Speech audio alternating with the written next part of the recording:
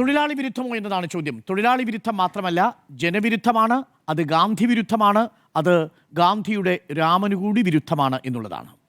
എന്തുകൊണ്ടാണ് ഈ തൊഴിലുറപ്പ് ഭേദഗതി ബില്ലിനെ ഞാൻ എതിർക്കുന്നത്? നമ്മൾ എതിർക്കേണ്ടത് എന്തുകൊണ്ടാണ്? ഇതല്ലാതെ മറ്റൊന്ന് ഈ കാലഘട്ടത്തിൽ നമ്മൾ പ്രതീക്ഷിച്ചതേയില്ല.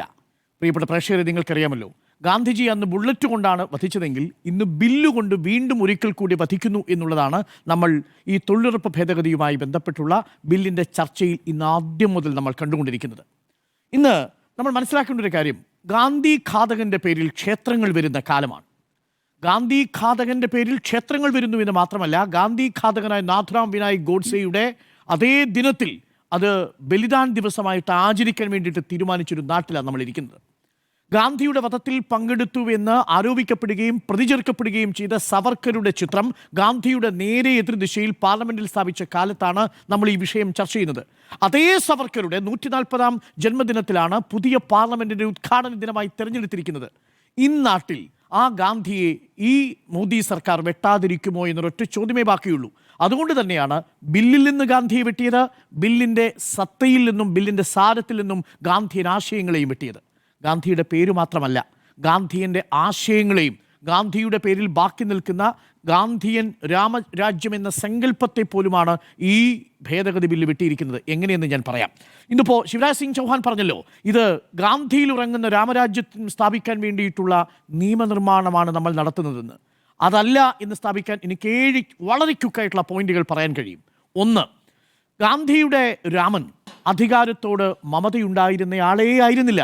അധികാരം ഉപേക്ഷിച്ച് താൻ ആരണ്യവാസം തിരഞ്ഞെടുക്കാൻ ഈ രാമൻ പോകുമ്പോൾ ആ രാമൻ അധികാരത്തോട് അകലെ നിൽക്കാൻ താല്പര്യം കാണിച്ച രാമനാണ്. ഇന്ന് ഈ ബില്ലിൻ്റെ അടിസ്ഥാന സ്വഭാവം എന്ന് പറയുന്നത് പഞ്ചായത്തിനെ ശാക്തീകരിക്കുന്ന, പഞ്ചായത്ത് തലങ്ങളിലുള്ള ജനങ്ങളെ ശാക്തീകരിക്കുന്ന, അധികാര വികേന്ദ്രീകരണത്തിൻ്റെ ഒരു സഹായമായി പ്രവർത്തിച്ചിരുന്ന, ഒരു ടൂളായി പ്രവർത്തിച്ചിരുന്ന ഈ സംവിധാനത്തെ അധികാര കേന്ദ്രീകരണത്തിൻ്റെതായ ഒരു വഴിയിലേക്ക് കൊണ്ടുവന്നിരിക്കുന്നു. കേന്ദ്രാവിഷ്കൃത പദ്ധതിയായി മാറ്റിയിരിക്കുന്നു.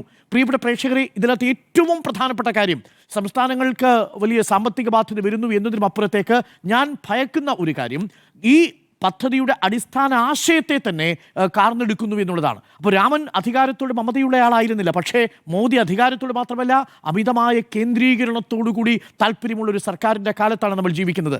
അതുകൊണ്ടാണ് ഇവിടെ എന്ത് സംഭവിച്ചിരിക്കുന്നത് നോക്കൂ, സെൻട്രൽ സ്പോൺസേഡ് സ്കീമായിട്ട് മാറിയിരിക്കുന്നു. ഇനി പഞ്ചായത്തിന് ഏതു പഞ്ചായത്തിൽ എത്ര തൊഴിലാളികൾക്ക് ഏത് സ്ഥലത്ത് തൊഴിൽ കൊടുക്കണമെന്ന് തീരുമാനിക്കാൻ കഴിയില്ല.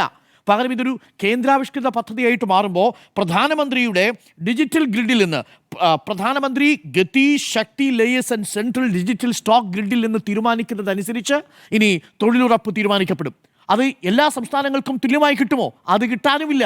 അതുകൊണ്ടാണ് ഇത് ഒരു സപ്ലൈ ഡ്രിവണായിട്ട് മാറും. കേന്ദ്ര സർക്കാരിൻ്റെ പദ്ധതിയും മാനദണ്ഡങ്ങളും അനുസരിച്ച് അവർ നിശ്ചയിക്കുന്ന രീതിയിൽ, നിശ്ചയിക്കുന്ന ഇടത്ത്, നിശ്ചയിക്കുന്ന തൊഴിലാളിക്ക് അത് കിട്ടും. അങ്ങനെ വരുമ്പോൾ നമ്മുടെ 22,61,000 വരുന്ന കേരളത്തിലെ തൊഴിലുറപ്പ് തൊഴിലാളികൾക്ക് തൊഴിൽ കിട്ടുമെന്ന് ഉറപ്പിച്ചു പറയാൻ സംസ്ഥാന സർക്കാരിന് കഴിയുമോ? കഴിയില്ല. പഞ്ചായത്തുകൾക്ക് കഴിയുമോ? കഴിയില്ല.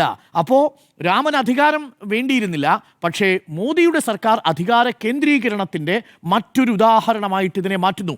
അപ്പോൾ രാമരാജ്യം സ്ഥാപിക്കാൻ വേണ്ടിയിട്ടുള്ളതാണോ ഈ ബില്ലെന്ന ചോദ്യത്തിന് അതല്ല എന്നുള്ളത് വ്യക്തമാവുന്നു. നമ്പർ 1. നമ്പർ 2, വീണ്ടും അധികാര കേന്ദ്രീകരണത്തിൻ്റെ മറ്റൊരു ഉദാഹരണം കൂടി ഞാൻ പറയാം. ഇതുവരെ നേരത്തെ നിങ്ങൾ കണക്കുകൾ സൂചിപ്പിച്ചതുപോലെ മെറ്റീരിയൽ കോസ്റ്റിൻ്റെ 25% മാത്രം വഹിക്കേണ്ടിയിരുന്ന കേരളമടക്കമുള്ള സംസ്ഥാനങ്ങൾക്ക് ഇപ്പോൾ അത് 40% വഹിക്കേണ്ടി വരുന്ന സാഹചര്യത്തിലേക്ക് മാറ്റുന്നു.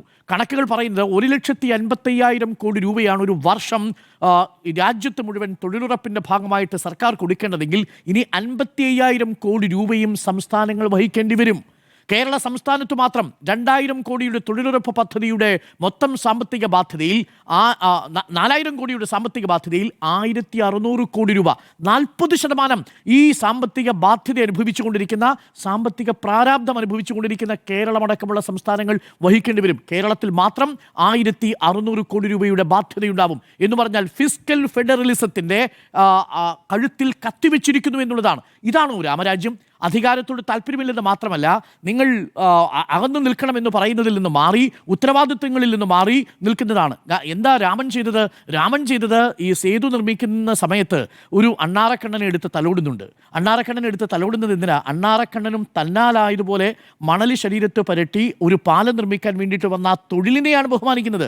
നോക്കൂ, അവിടെ നിന്ന്, അതായത് മറഞ്ഞു നിന്ന് ബാലിയെ തിളച്ചയമ്പിനാൽ കൊല്ലുന്ന രാമനെ അല്ല ഗാന്ധി മനസ്സിൽ കണ്ടത്. പകരം ഒരു ചെറിയ തൊഴിലാണെങ്കിൽ പോലും ഒരു അണ്ണാറക്കണ്ണൻ്റെ തൊഴിലിനെ പോലും ആദരിച്ച് ആ അണ്ണാറക്കണ്ണൻ്റെ ശരീരത്ത് തലോടുന്ന ഒരു രാമനുണ്ട്. ആ രാമനെയാണ് ഇന്ന് യഥാർത്ഥത്തിൽ ഈ ബില്ലിലൂടെ കൊല കഴിച്ചിരിക്കുന്നത് ഈ സർക്കാർ.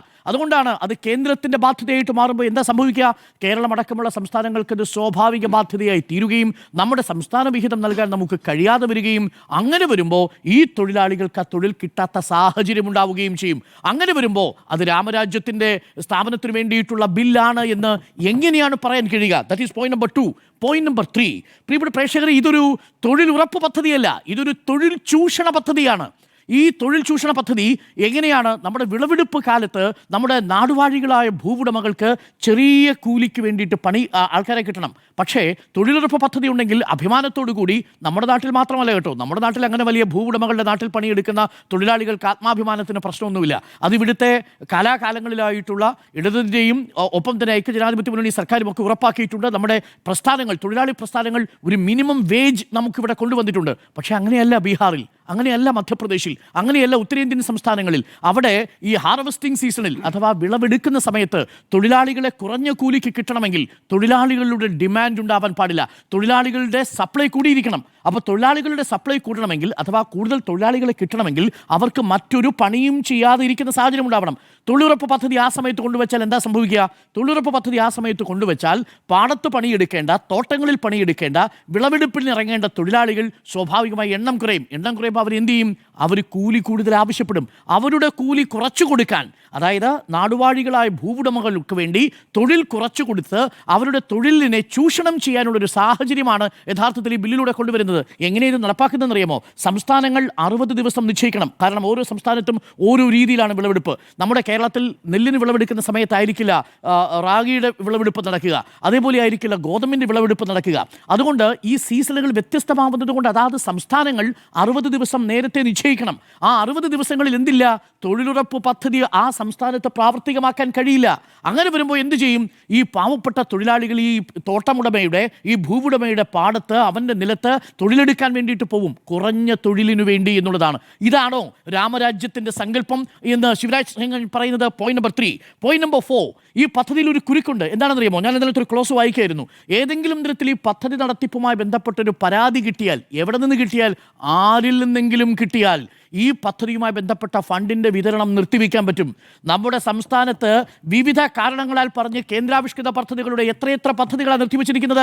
നമ്മൾ സെൻട്രലി സ്കീമായിട്ടുള്ള റൂറൽ ഹെൽത്ത് മിഷൻ്റെ സ്കീമിൻ്റെ ഭാഗമായിട്ടുള്ള ആരോഗ്യവകുപ്പിന് കിട്ടേണ്ട ഫണ്ട്, PMC നടപ്പാക്കാത്തതിൻ്റെ പേരിൽ SSKക്ക് കിട്ടേണ്ട ഫണ്ട്, നമ്മളുടെ ലൈഫ് മിഷനുമായി ബന്ധപ്പെട്ട് ലഭിക്കേണ്ട, പ്രധാനമന്ത്രിയുടെ ആവാസ് യോജനയുമായി ബന്ധപ്പെട്ട് ലഭിക്കേണ്ട ഫണ്ട്, അങ്ങനെ കിഫ്ബിയുടെ പേരിലും പെൻഷൻ ഫണ്ടിൻ്റെ പേരിലും നമുക്ക് നൽകാത്ത മറ്റു ഫണ്ടുകൾ, ഇങ്ങനെ ഓരോ തരത്തിലും കേരളം പോലുള്ള സംസ്ഥാനങ്ങളെ ഈ കേന്ദ്രാവിഷ്കൃത പദ്ധതികളുടെ ഫണ്ട് റിലീസിന് കാരണം പറയാൻ, തടസ്സം പറയാൻ കാത്തു നിൽക്കുന്ന സർക്കാരിന് ഇതൊരു പ്രധാനപ്പെട്ട ഉപകരണമായി മാറുന്നു.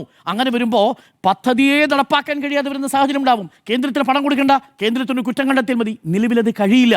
കാരണം അതൊരു റൈറ്റ് ഓറിയൻറ്റഡ് ആയ, അവകാശത്തിൽ അധിഷ്ഠിതമായിരിക്കുന്ന, ഡിമാൻഡിൽ അധിഷ്ഠിതമായിരിക്കുന്ന ഒരു സംവിധാനമാണ്. ഇനി അങ്ങനെയല്ല, സർക്കാർ തീരുമാനിക്കും. കേന്ദ്ര സർക്കാരിന് ഒരു പരാതി കിട്ടിയാൽ ആ സംസ്ഥാനത്തേക്കുള്ള ഫണ്ട് വിതരണം നിലയ്ക്കും. അതാണ് പോയിന്റ് നമ്പർ 4. പോയിന്റ് നമ്പർ 5, ഈ വിവേചനാധികാരം ഉപയോഗിച്ച് സംസ്ഥാനങ്ങൾക്ക് ഇത് ഏറിയും കുറഞ്ഞും കൊടുക്കാം എന്നുകൂടിയുണ്ട്.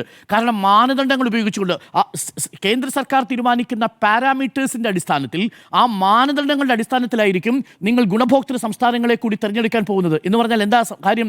ഇപ്പോൾ മൾട്ടി ഡയമെൻഷണൽ പോവർട്ടിയുള്ള കുറവുള്ള കേരളത്തെ സംബന്ധിച്ച്, തമിഴ്നാടിനെ സംബന്ധിച്ച് കേന്ദ്രം തീരുമാനിക്കുകയാണ്, ദാരിദ്ര്യമാണ് ഈ തൊഴിലുറപ്പ് പദ്ധതിയെ നിശ്ചയിക്കുന്ന ഒരു മാനദണ്ഡം എന്ന് കേന്ദ്രം അങ്ങ് തീരുമാനിച്ചു കഴിഞ്ഞാൽ, കേരളത്തെ പോലൊരു സംസ്ഥാനത്തിന് ദാരിദ്ര്യം തുടച്ചു മാറ്റിയതിൻ്റെ പേരിൽ നമ്മുടെ 22 ലക്ഷത്തോളം വരുന്ന തൊഴിലാളികളെ കേന്ദ്രത്തിന് ശിക്ഷിക്കാൻ കഴിയും. അത് തമിഴ്നാടിനെ ശിക്ഷിക്കാൻ കഴിയും. അങ്ങനെ ദാരിദ്ര്യം തുടച്ചുമാറ്റിയ സംസ്ഥാനങ്ങളെ പീനലൈസ് ചെയ്യുന്ന, ശിക്ഷിക്കുന്ന സംവിധാനമായിട്ട് മാറും. This is point number 5. ഇതിനോട് നമുക്ക് യോജിക്കാൻ കഴിയുമോ? യോജിക്കാൻ കഴിയില്ല.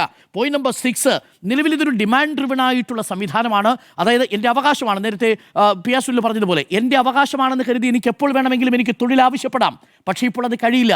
കേന്ദ്ര സർക്കാർ നിർദ്ദേശിക്കുന്ന ഇടത്ത്, നിർദ്ദേശിക്കുന്ന സമയത്ത് പ്ലാൻ ഫണ്ട് ഉണ്ടെങ്കിൽ മാത്രം. ആ ഫണ്ട് ഇല്ലെങ്കിൽ നിങ്ങൾക്ക് റൈറ്റ് ഇല്ല. ഇപ്പോൾ അങ്ങനെയല്ല. ഇപ്പോൾ എനിക്ക് എൻ്റെ ഡിമാൻഡിനനുസരിച്ച് തരണം. ഇതാണ് ഡിമാൻഡ് ഡ്രിവൺ. ഇപ്പോൾ അത് സപ്ലൈ ഡ്രിവൺ ആയിട്ട് മാറുന്നു എന്നുള്ളതാണ്. That is point number 6. Last point number 7. ഇതിൽ മറ്റൊരു ഗുരുതരമായ പ്രശ്നം കൂടിയുണ്ട്.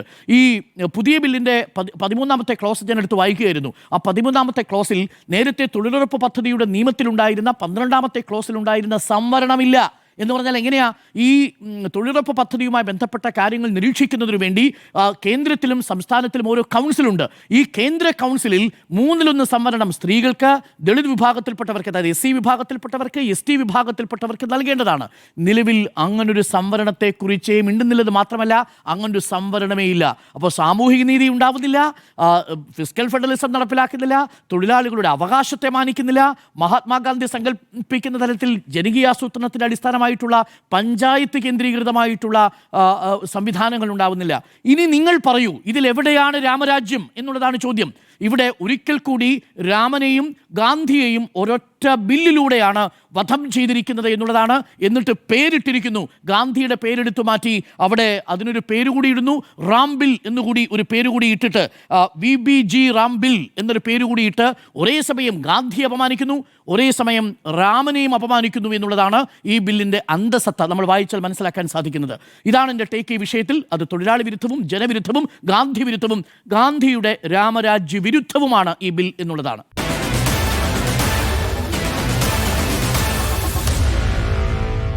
Meet the editors.